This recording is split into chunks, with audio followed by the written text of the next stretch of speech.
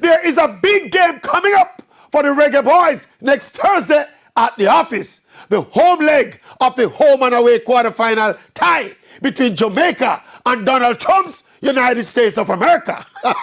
And of course, any game involving Jamaica and America is a big game.